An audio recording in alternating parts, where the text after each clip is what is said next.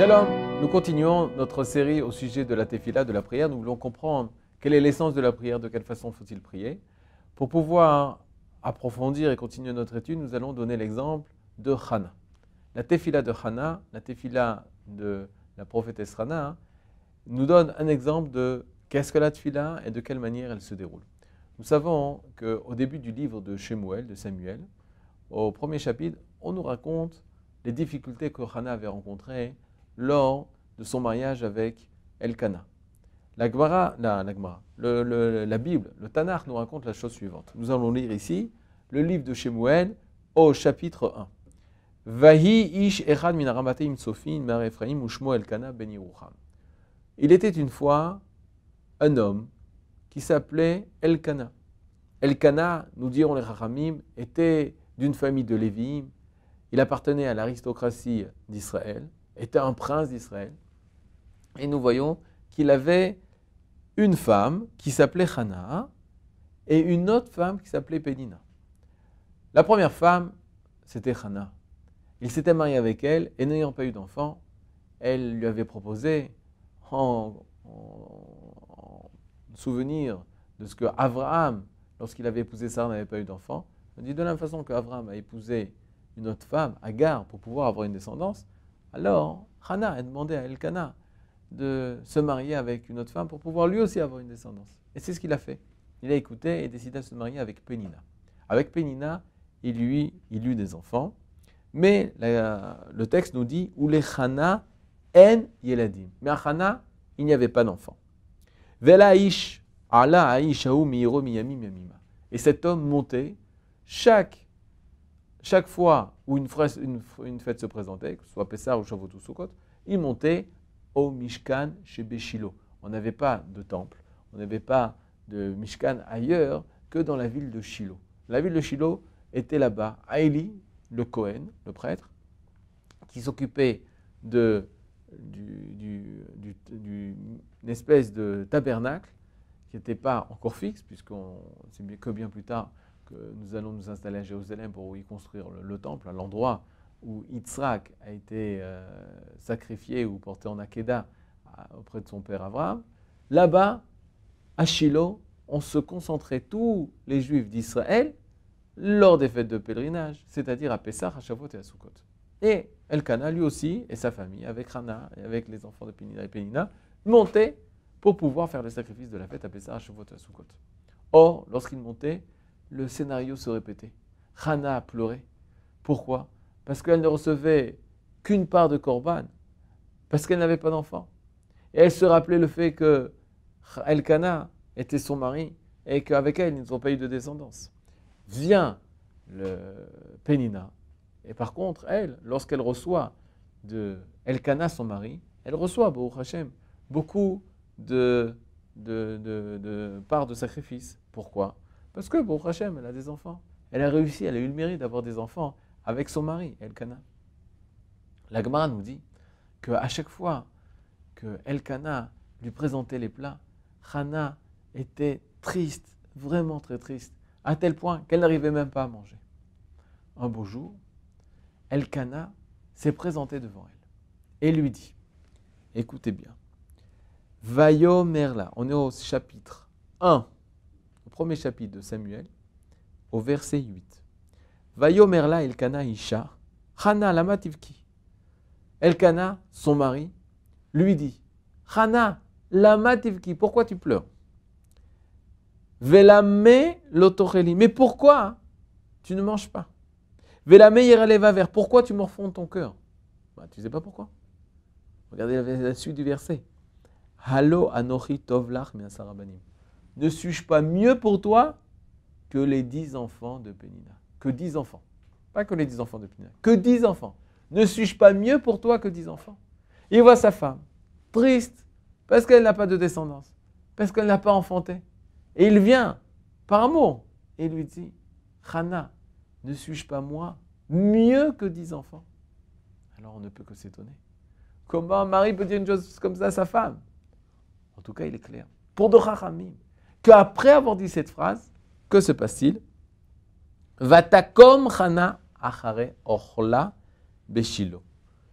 Hana se dresse après avoir entendu ces paroles, cette phrase, qui paraît assez étonnante de la part de son mari Elkana. Après avoir entendu cette phrase, ne suis-je pas mieux pour toi que 10 enfants? Il se dresse, elle se dresse, Hana, elle va les prier. Et Ramim nous ajoute, c'est la première fois que Hana va prier à Kadosh Baruch Hu. Alors que on a fait plusieurs tentatives, le Midrash nous raconte plein de tentatives, comme par exemple la tentative de Pnina, pour entraîner Hana à pleurer et entraîner Hana à souffrir à tel point qu'elle désire prier. Pnina disait à Hana, à chaque rentrée de classe, qu'as-tu préparé pour tes enfants? Quel cartable as-tu acheté à tes enfants? Et puis Tom, de façon étonnée, a fait, ah, j'ai complètement oublié, toi tu n'as pas d'enfant. Elle la faisait souffrir dans le but de l'entraîner à prier. Demande à Kadosh Baruch Hu des enfants. Demande-lui qui te donne des enfants. Prie. Mais Hana n'a jamais prié. Peut-être pensait-elle que si elle mérite d'avoir des enfants, Kadosh Baruch Hu va lui donner, sans le besoin de prier. Or, son mari a réussi à la faire prier. Pourquoi? Parce qu'elle a dit une seule phrase. Halo anochi tov lach mias rabanim. Ne suis-je pas mieux pour toi que 10 enfants? Mais on s'étonne. Comment Elkana il peut parler dire une phrase comme ça? Est-ce que Elkana pense qu'à lui, pense à l'importance de sa personne? Est-il Gavtan? Le Midrash nous dit pas du tout. Il faut faire attention de qui nous parlons. Elkana, c'était un grand tzaddik. Oui, mais il y a des tzaddikim, malheureusement. Non, il n'y a pas un tzaddikim, malheureusement. Un tzaddik, c'est un tzaddik. Et tout ce qu'il fait, c'est les filles à tzedek, c'est selon la justice. Alors, quelle est la particularité de Elkana? Quelle est sa personnalité? Le Midrash Yalkut Shimoni nous raconte la chose suivante. Elkana partait avec toute sa famille. Il arrivait dans une ville, en chemin à Shiloh. Et depuis très longtemps, le Ham Israël ne va plus à Shiloh. Pourquoi? Parce que là-bas, on est corrompu. Lorsqu'ils arrivent là-bas, les fils de Haïli à Cohen, Pinchas, Hofni ou Pinchas, volent le peuple, trompent le peuple. Alors le peuple ne veut plus retourner vers le Mishkan. Plus personne ne veut aller chercher la présence d'Akadosh Baruch Hu à Shiloh. Ils restent chez eux à la maison parce qu'ils ne veulent pas se faire prendre par les gens qui dirigent là-bas, au Mishkan, au temple. Mais Elkana a un but, de réveiller le peuple d'Israël pour pouvoir lui montrer l'importance de retourner à Shiloh et de faire les sacrifices pour s'approcher auprès d'Akadosh Baruch Hu, indépendamment des gens qui y habitent. Elkana arrive dans une ville et le Midrash nous raconte qu'il, au lieu de descendre dans le plus bel hôtel de la ville, alors qu'il avait les moyens, il dort en pleine place de l'hôtel de ville. Et en pleine ville, toutes les personnes arrivent proches de lui, demandent « Mais qu'est-ce que tu fais? Pourquoi tu dors ici alors que tu aurais pu prendre le plus bel hôtel ?» Et lui, alors qu'il ne préparait pas les prochaines élections présidentielles, va dire au peuple « Nous allons à Shiloh. C'est de là-bas que la parole d'Akadosh Baruch Hu sortira. » Et là, les hommes de la ville, ils regardent un homme pur, qui est prêt à dormir par terre. Mais l'essentiel pour lui, c'est pas où il dort, c'est vers où il va. Il va à Shiloh. Sacrifier des sacrifices au Mishkan, au tabernacle, pour Akadosh Baruch Hu. Et là, il commençait à pleurer, les gens. Il commençait à voir un homme, c'est quand on rencontre une personne aimette, une personne vraie, t'es épaté. T'es plein d'émotions envers cette personne. Plein d'amour envers cette personne. Et là, Elkana disait, vous voulez venir avec nous? Et les gens disaient, oui, on va avec toi. Et chaque année, grâce à lui, montaient des milliers de personnes à Shiloh, jusqu'à ce que tout l'Am Israël retourne à Shiloh. Akadosh Baruch Hu a dit, grâce à toi, Elkana, je vais faire sortir de toi, grâce à ton comportement, va sortir de toi un tzaddik qui va s'appeler Shmuel, et qui va lui aussi entraîner beaucoup du mérite du peuple d'Israël, de quoi on parle. Il va nommer le premier roi. Shaoul va être nommé par le prophète Shmuel, le prophète Samuel. De là, on apprend que Elkana, il était prêt à avoir un enfant, il était prêt à avoir Shemuel.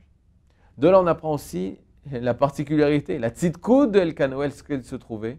Dans l'humilité. Il était anav. Alors comment une personne qui est anav, une personne qui est humble, il ose dire à sa femme, Allo, Anochi, Tovlach, Miasarabanim, ne suis-je pas mieux pour toi que 10 enfants? Ce même Yalkut Shimoni, ce Midrash, explique ce passouk d'une façon extraordinaire. Il met de la lumière sur la parole de Elkana. Qu'est-ce que nous a dit Elkana? Écoutez bien en hébreu. Halo, ça veut dire n'est-ce pas.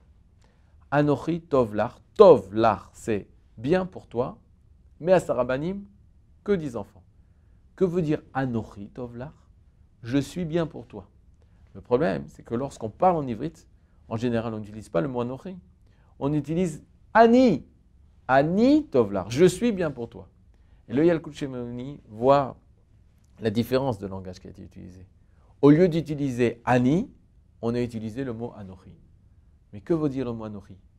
Je, moi. Mais en général, c'est Akadosh Baruch Hu qui utilise ce mot pour dire je. La preuve, le premier mot des 10 paroles.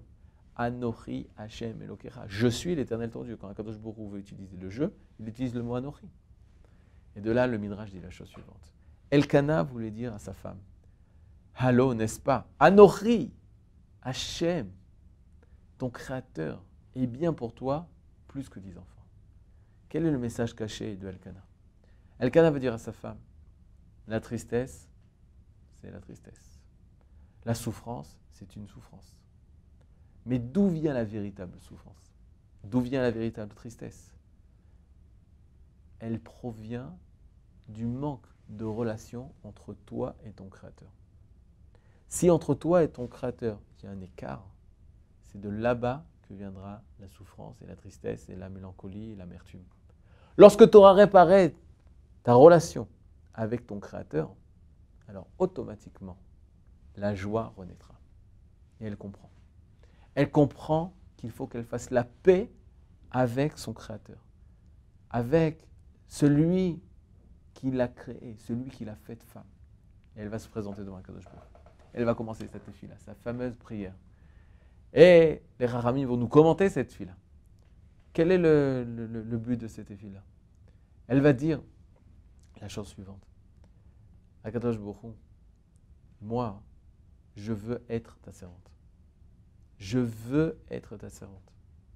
Et c'est parce que je suis ta servante que je veux un enfant. Qu'est-ce que ça veut dire? Hana est arrivée à comprendre la chose suivante. C'est que Akadosh Baruch Hu l'a créée femme. Quel est le but d'une femme? Quelle est l'essence d'une femme? C'est de donner la vie, d'apporter la vie. C'est une des grandes particularités de la femme. De procréer, de donner naissance à un enfant. Hana dit à son créateur, à Akadosh Baruch Hu, tu m'as créé avec une matrice. Tu m'as créé avec tout ce qu'il faut pour pouvoir donner la vie. Hachem, ma vie, c'est d'être femme. Ma vie, c'est d'être mère. C'est comme ça que tu m'as créé. Au nom de ta création, au nom de ton projet, je veux faire partie intégrante de ton projet. Je ne veux pas être mis de côté dans ton projet. Je veux être ce que je suis.